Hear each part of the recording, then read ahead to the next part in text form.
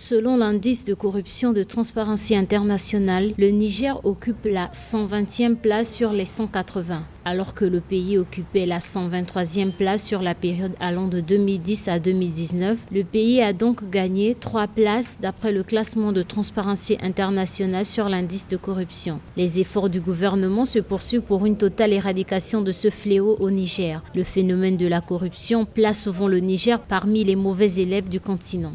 Il convient de rappeler que depuis quelques années, le Niger est résolument engagé dans un vaste chantier de réformes qui lui ont permis d'enregistrer des avancées notables sur le plan de bonne gouvernance et de la gestion des finances publiques. Ainsi, le pays a engagé des résultats encourageants selon diverses enquêtes concernant les indicateurs de référence internationaux tels que le classement Brahim sur la gouvernance globale en Afrique et celui de Transparency International sur le niveau de perception de la corruption dans le monde. Pour assainir le milieu de la justice au Niger, un programme de moralisation du secteur impliquant la promotion de l'éthique dans l'offre de justice et de la lutte contre l'impunité a été initié pour totalement éradiquer ce fléau. En effet, 3 structures ont été créées pour renforcer les institutions déjà présentes au Niger. Ces dispositions légales ont permis de doter l'appareil judiciaire d'un dispositif spécialisé dans le traitement des infractions de corruption et de la collusion.